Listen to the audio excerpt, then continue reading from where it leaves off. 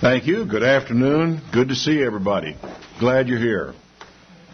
I don't want to be a bore talking about the meaning of words, but I'm going to talk about the meaning of words. Particular Greek words. There's one expression in the New Testament that has nuances that are important to understand, more than I can tell you. I have to explain this to take you forward into what I really want to talk to you about today. The expression, as you will commonly find in the Bible, is the world. The Greek word for it is familiar to us all. It's cosmos. But the problem with cosmos is that it's entered into our own language as a synonym for the universe. And that's misleading when it comes to the New Testament. That's not the way the word is used in Greek. In modern usage also, the expression the world is taken to mean the planet, and that's also misleading. That is not the usage of the word cosmos in Greek. It's not the way the Bible speaks of the world in the New Testament. The Greek word cosmos, at its simplest, means orderly arrangement. An orderly arrangement. The way it's used in the New Testament is talking about the arrangement of society, of people, the relationships that exist, the interconnections that exist that form what we call society. It is the social system in which we live and breathe and move and have our being. It includes everything from schools to county government to national government to and institutions of national government to globalization. The world is a system of the interaction of people, closer, more distant, however the relationships happen to come together. It is a system in which no one is in charge. And even the system seems to have a mind of its own. And it's a strange thing to say, but it is certainly true. And if you're ever really intimately involved with that type of thing, you'll begin to understand that it does act like it has a mind of its own, even when no one is in charge. If you want to understand this, probably one of the best illustrations is your own body. The autonomic nervous system in your body, really there are two layers of it. One of them is the part of it that works automatically, but you can't affect, like breathing. You breathe, you don't even think of it. In fact, right now you have started thinking about it for the first time since you got to church. And you can hold it for a little bit, but not for very long, because the body, the system, will take over and force you to breathe, won't it? You'll have to breathe sooner or later. Now, see if by experimentation sitting there, you can actually speed up or slow your heartbeat. Can't do it. The system takes care of that. And if indeed you have to climb 2 or 3 flights of stairs, the system figures out very quickly we're not getting enough blood around this thing, and it raises the heart rate. And so on it goes. The body itself is a system. Some of the things that happen because you're in charge, but I get the impression sometimes not very much happens because we are in charge. The world, as it's used in the New Testament, is a system that runs itself as though someone was pulling the strings, even though, in fact, no one is. Now, the devil does pull some strings, but you need to understand this about the devil. He can't be everywhere at once. He can't pull all the strings at once. He can only affect things where he is and as he wants, as occasionally God permits it. And for our purposes, for discussion, we can consider the system that we call the world as mindless. It is a mindless system, but it's nonetheless real, and it nonetheless is real. Every part of this system affects every other part, whether it's great or whether it's small. It's similar in that regard to the universe, where every part of the universe connects, or actually affects, every other part of the universe, great or small. That we are where we are today, and the things that are happening around us happen in part because of what's going on at the further stages of the universe.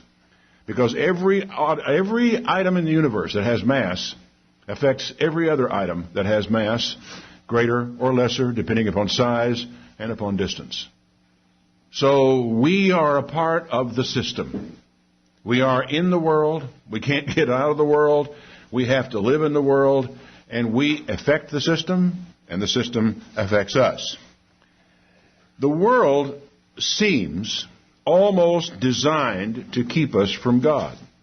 Now, it wasn't designed for that. In fact, there's no way God created the system when He created man, but nevertheless, He did not design it to keep us from Him. But the system tends to function that way. Of all the bad things around us in the world, and there are plenty of them, you know, the evil or the crimes that are committed in our cities, the entertainment that we have on television with so much blood, crime, murder, sex, and what have you that we see there, all this stuff that is out there is bad enough. It has a very bad effect on us.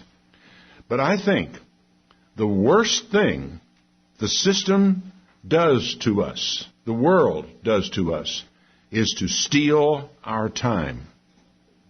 Because in effect, it's almost as though society, the system, the world, is doing everything in its power to absorb every last moment of our time. To keep you busy all the time. To give you no rest any of the time. To be sure that something is going on, either coming into your ears, your nose, your eyes, your mouth, all the time. That the stimulus that is there, I mean, we have probably never in the history of the world been a more stimulated people, overstimulated, than we are today.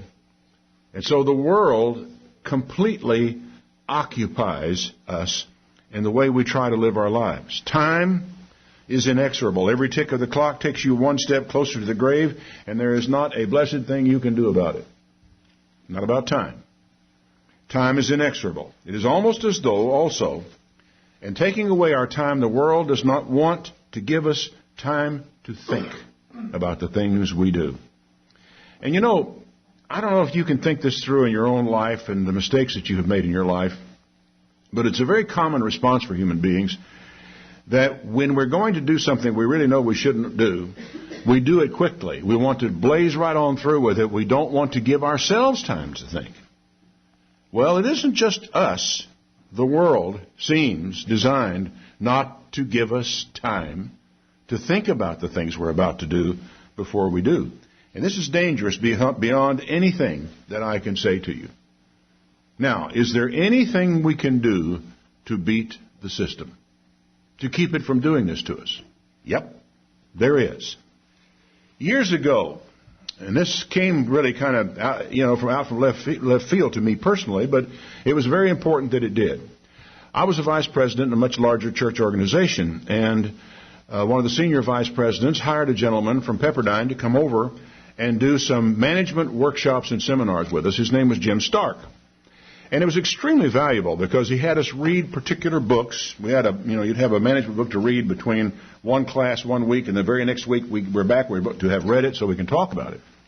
And 1 week his assignment to us was, I want you to keep a time log of every 5 minutes of what you were doing every 5 minutes of the day from now until the time we come back together again. Now, you talk about a challenge. That was a challenge to do that. We did it, and I'll have to confess in my own case I did it sort of, because no one, I think, can really be that accurate in keeping track of every 5 minutes of his time all day long. But, when you start on a project and it lasts an hour, you can put that down as one item. The next week we came back, we talked it over, and it was really a helpful discussion. But then he said, okay, next week we're going to do this again. Kind of groaned a little bit. He says, this time all you've got to keep track of is every 15 minutes. But this week, in the course of this week, I want you to spend 1 hour in which you do nothing except think. You can't read a book. You can't write. You can't listen to music. You can't do anything except think. He says you can have a pencil, but the only reason you can have the pencil is so you can tap the eraser on the desk as you think, in case you may need something to do with your hands. I'll tell you, this was one of the great revolutions in my life. I had no idea. I had absolutely no idea how my life had been absorbed and taken away from me by the system. Because for months I had been chasing rabbits and putting out brush fires, and there was no end of it in sight in the job that I had at that time. Well, what I did is I sat there and I thought through that. It was only 1 hour in the course of the week that I did this. But out of that 1 hour came one of the most important ideas, and as it turns out, one of the most obvious ideas ever to affect my area of responsibility. It was not obscure. It was not esoteric. It wasn't far off from anything. It's the kind of idea that makes you slap your forehead and say, how come I didn't see this before? But the reason I didn't see it before was I didn't think. I didn't have time. I didn't take time to sit down, be quiet, and just think my way through the problem. What he hoped we would do was think about our job, our office, our responsibility. And so that's what I tried to do. I hadn't caught this idea before because I hadn't thought about it. Why hadn't I thought about it? Hadn't taken the time to think about much of anything. Now, we have $1 million word to describe what Jim Stark told us to do. The word is meditation. Simple. Heard it, you've heard it, you've heard it, you've heard it, you've heard it, haven't you? Meditation. So what's the big deal about meditation? Why is it that we hear so much about it? Well, it's important. There's nothing really special about meditation. All it means is to do directed thinking. In other words, to be quiet and to think in focus on some topic that you wish to think about. That's really about all it is. The problem we have is we don't take the time. That's the difficulty. We don't take the time, and we don't get rid of the distraction. Now, since meditation is supposed to be a spiritual exercise, and I imagine you've heard of it as such, maybe we should go and see what the Bible has to say about it. Now, you can do this yourself with a concordance. And the first item you'll find is Genesis 24, verse 62. Now, you may or may not want to try to turn to these as I go to them. Nearly everything I'm going to give you is a very short scripture. You might, however, like to jot them down if you don't have a concordance to check them for yourself. Genesis 24, verse 62. And Isaac came from the way of the well Lahairoi, for he dwelt in the south country. And Isaac went out to meditate in the field at eventide. He lifted up his eyes, and he saw the camels coming. And guess who was riding one of those camels? His wife-to-be. But that's not what I'm talking about. What I'm pointing out is that he went out into the field at eventide to meditate. I take two things away from this. One, he went into the field to withdraw from the world, to get away from the system, to get away from the things that would demand his time and would distract him from what it was that he wanted to think about on this occasion. And the second thing I take away from it is walking is good for meditation. And I certainly have to agree with that. To take a solo walk in the woods, take a solo walk in the country, in the fields, these things are great opportunities to think through problems and difficulties we have. In fact, certain kinds of driving can even be good for that, as long as it isn't in town. A treadmill with a television set in front of it is good for the body. It will do nothing for the soul. It will not help you in the regard of what we're talking. A walk alone in nature is good for the spirit. And that's what we're wanting to talk about. The next reference I'll take you to is first chapter of Joshua, chapter 1, verse 1. After the death of Moses, the servant of the Lord, it came to pass that the Lord spoke to Joshua, the son of Nun, Moses' aide, saying, Moses is dead. Now therefore you arise and get you over this Jordan, you and all the people, to the land which I do give them, even the children of Israel. Now verse 8. This book of the law shall not depart out of your mouth, but you shall meditate therein day and night, that you may observe to do all that is written therein, for then you will make your way prosperous and have good success. Now, I have a feeling that an awful lot of people think that there's something magic about this in this regard, that if I will just study my Bible, God will pull some levers and flip some switches that will give me good success and make me prosperous. That's not what he's telling him.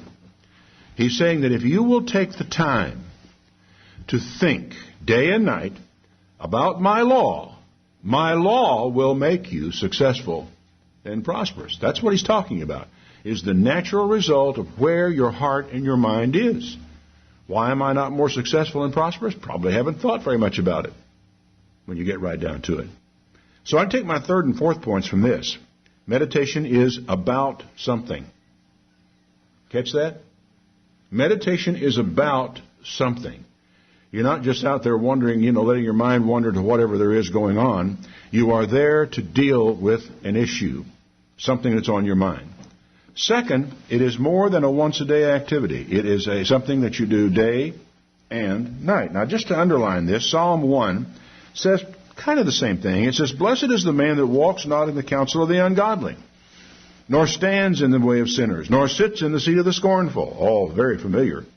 But his delight is in the law of the Lord, and in his law does he meditate day and night. And he shall be like the tree planted by the rivers of water. It brings forth his fruit in his season. His leaf shall not wither. Same promise that they gave unto Joshua. Whatever he does shall prosper. So there we go. Now, the next one we'll find in this series is Psalm 5. Give ear to my words, O Lord, and consider my meditation. Now, there's not much there, is there? Well, more perhaps than you might think. Meditation is not entirely a private affair. The idea here is that we invite God to participate in or to observe or listen in on our meditation. Give ear to my words, O Lord. Consider my meditation.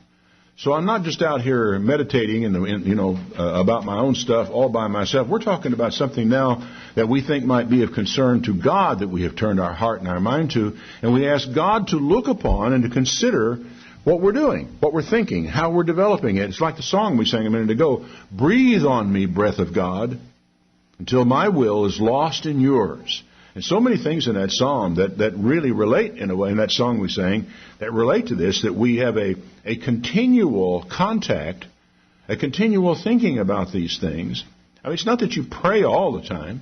What you are doing in many cases is just working your way through the implications of what you know the Bible has told you, so that you will be able to evaluate so many of life's situations that will come your way. Give ear. Now, it's an interesting aside, by the way. The Hebrew word for meditation is hagig, which means to murmur. By implication, it's musing or thought, but it's also kind of like talking to yourself. You know, somebody's watching you meditating, they might say, well, he's out there talking to himself, muttering as he goes down the road. You got to be careful about that, lest they lock you up. Psalm 19. Let the words of my mouth and the meditation of my heart be acceptable in your sight, O Lord, my strength and my Redeemer. So, meditation can be out loud, or it can be in the heart. One of the best places for the out loud type of meditation is when you're driving your car, but not in traffic. People will think something wrong with you. You say they're talking to yourself again. But to driving your car, if you are meditating, if you are in the problem-solving mode, if you are thinking your way through mode, you may involuntarily find yourself speaking out loud to God, or to yourself, or to your car, or to the steering wheel, whatever it is. Now, by the way, this doesn't happen if you're listening to the radio.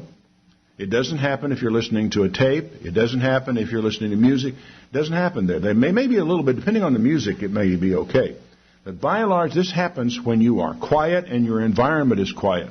It happens on a quiet stretch of road. It happens, for me, on one occasion, I drove the Oklahoma Turnpike by myself, going up to Wagner, Oklahoma I was going to do a seminar when I got there, and I didn't have much time to prepare when I got there.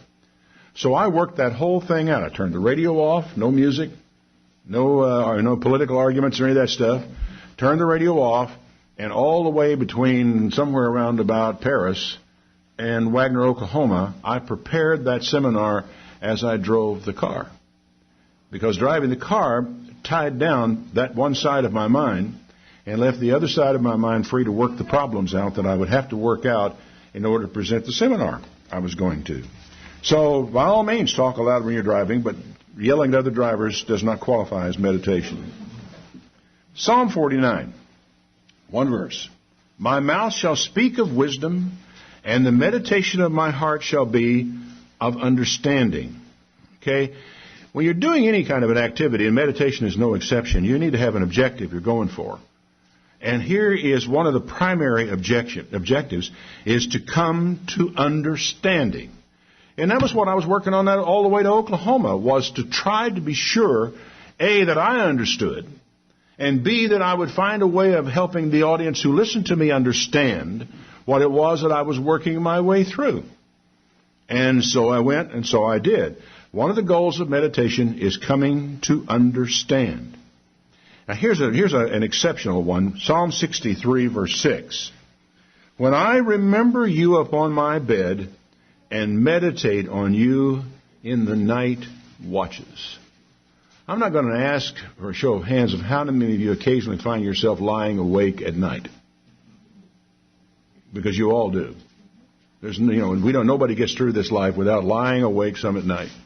Sometimes I wonder if the body is telling us that we got something to sort out here, so it's no time for you to be going to sleep. And so we lie there. Well, this is a good time for meditation.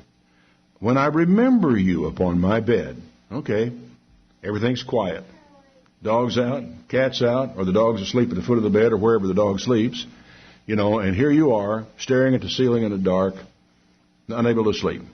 And it comes to your mind that God is, that you have maybe not been as close to Him as you wish you had been, that maybe the relationship isn't what you had wished that it was, and you remember God in the night watches, and you meditate on Him in that period of time. You may not go to sleep. Sooner or later, though, you will. It may be at your desk the next day, but sooner or later you will go to sleep. But the important thing is that time, that is precious time. The time that you're awake in the night is precious. It's a time to think through questions, time to think about God, time to think about His plan that He's working out. Psalm 77 will give us another help on this. Psalm 77, verse 11, I will remember the works of the Lord. Surely I will remember your wonders of old. I will meditate also of all your work, and I will talk of all your doings. Okay, here I am. I'm lying awake at night, and I have absolutely nothing special to think about. I'm not trying to solve some problem. I'm not dealing, nothing's worrying me. I'm not sweating anything. I'm just awake. It's a terrible thing to be sometimes. Terrible in one way. So if you can't, or if you don't have anything to think about, what has God done? What has He done in your life? What has He done in the process of creation? What has He done someday when you're sitting on your back porch with nothing in particular to think about? How exactly did He figure out that a tree should work the way the tree works? What do you know about the tree? What do you know about how photosynthesis, the little leaves up on the tree, power that whole system that pulls stuff from the earth and builds that tree out from the center? It's an incredible piece of design. To sit and think about what God has made. To sit and watch the birds at your bird feeder. And to contemplate, I wonder what sequence of thoughts went through God's mind to create a bird that could not possibly disguise himself in any environment in East Texas. He's red. Why did He do that? Why did He make this bird that way? Why is it that birds are so skittish as they are?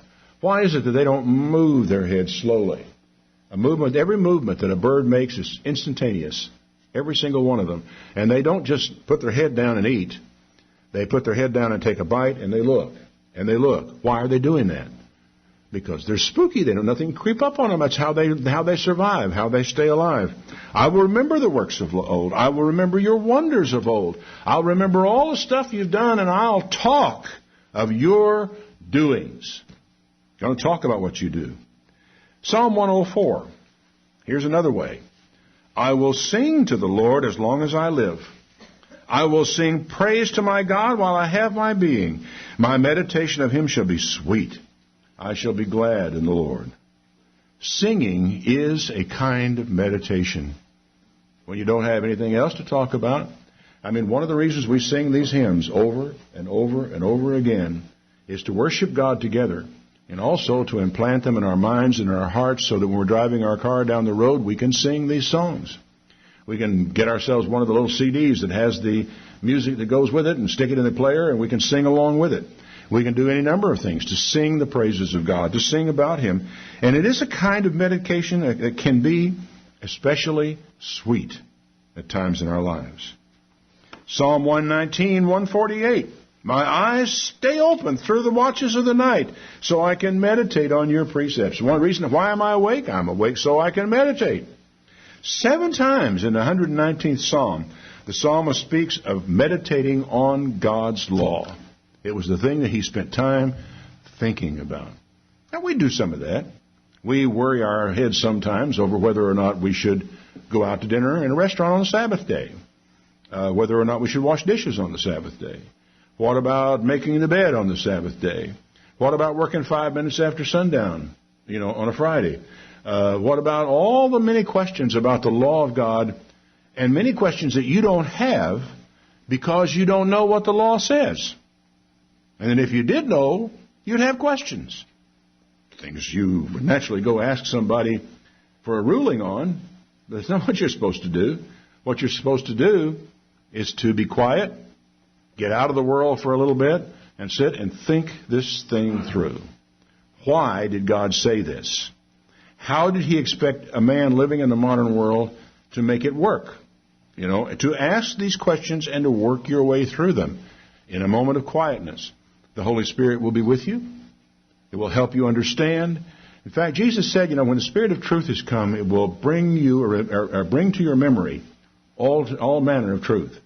So that when the process of giving yourself time and quiet to sit and think these things through is the opportunity for the Spirit to come and remind you and to call your attention to and to help you to understand.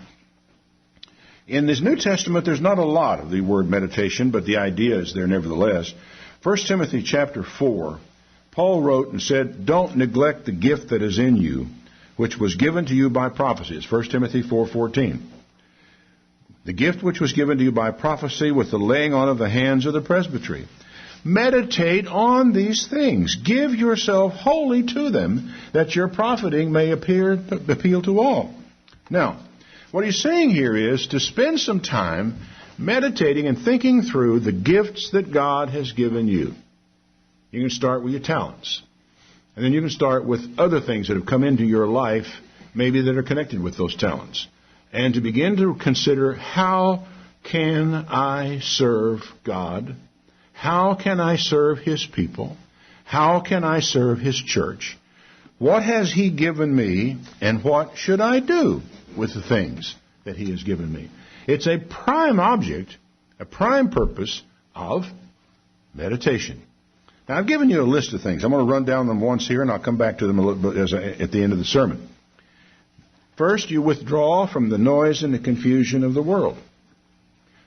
Take a walk in the out of doors. Meditate about something.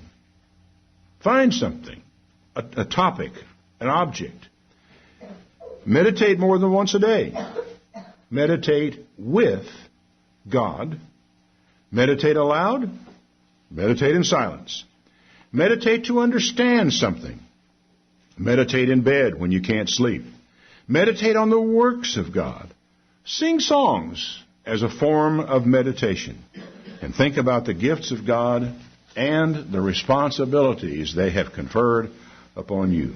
Now, I don't doubt that we spend a little more time on this, we could develop a whole lot more stuff than this to learn from it. But this by itself is a lot to think about. Nothing is more important than a discipline to make yourself withdraw from the rat race a couple of times a day and spend some time in thought. And now that I think about it, a very good synonym for what the Bible speaks of as the world. In modern lingo, it would be the rat race. Because in a lot of ways, it just seems like that. Now consider for a moment also what I have told you about the world. Jesus, when he encountered the devil after when he was in the wilderness fasting for 40 days and 40 nights, the devil took him up to an exceeding high mountain and showed him all the kingdoms of the world. That is, of the system. Every aspect of this world, of its kingdoms, and all the stuff that goes on to make this world. And he said to him, all these things I will give you if you will fall down and worship me. It took Jesus to realize that what Satan was offering him was nothing but a rat race. That's all it was. He wasn't really offering him anything great. He was offering him the rat race. In that same way, the same offer is made to us every morning when we roll out of bed. Same offer. Bow down and worship me, and I'll give you the system. Again, we might answer, Satan, I already got the system. I was born in the system. I've been raised in the system. I depend on the system. I'm part of the system. What do you mean? You'll give me the system. Well, actually, God will, of course, and what Satan is saying, I'll give you the world if you'll just give yourself to it. Jesus said to us, though, and this is in the Sermon on the Mount, you are the light of the world. You're the light of the cosmos. A city that is set on a hill cannot be hid. We're in it. We can't get out of it. We can maybe from time to time step aside from it to give ourselves some time for meditation. And when we come back from that, we come back into the world as a light. Not just merely as one more rat in the rat race, but as something special within the system. Something to affect the system as the movement of one planet will affect the movements of another. It took Jesus again to see this. Now consider also the parable of the tares. This one is found in Matthew 13. There are two parables about seeds being sown. This is one of them. This is Matthew chapter 13, verse 36. Jesus sent the multitudes away and went into the house. His disciples came to him, saying, declare to us the parables of the tares of the field. And he answered and said to them, he that sows the good seed is the Son of Man. The field is the world. The good seed are the children of the kingdom. Think about this. He comes out here and he sows the children of the kingdom, which God willing, it's us. He sows us into this system. Not somewhere else. Not into an enclave. Not somewhere in a paddock where we be kept safe from the world. He sows us into the world. The field is this system. The tares are the children of the wicked one. The enemy that sowed them is the devil. The harvest is the end of the world, the end of this system. It ain't going on forever.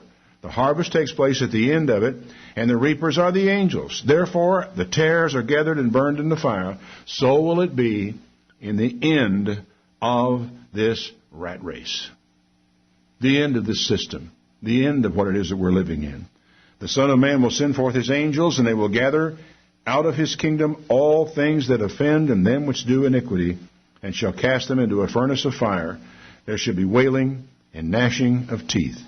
Then shall the righteous shine forth like the sun in the kingdom of their Father. You have ears? Let you hear. It's of passing interest, by the way, that Christ does not establish a new cosmos, a new world. He establishes a kingdom. This one is not left to just run like an autonomic system, nervous system. This one is directed from the top. We are sown like seed here in the world. We're expected to bear fruit even in this soil. It's an interesting scripture also that I think this casts a bit of light on. It's in 1 John chapter 2. 1 John chapter 2 and verse 15. John writes and says, love not the world, neither the things that are in the world. And I think it's probably true to say that even though we're caught up in this system, even though we have to live in it, even though it dominates our lives from time to time, we don't really like it. Or we wouldn't name it the rat race. We wouldn't talk about it like we do. Don't love this system, this cosmos, he said, neither the things that are in it. If any man loves the world, the love of the Father is not in him.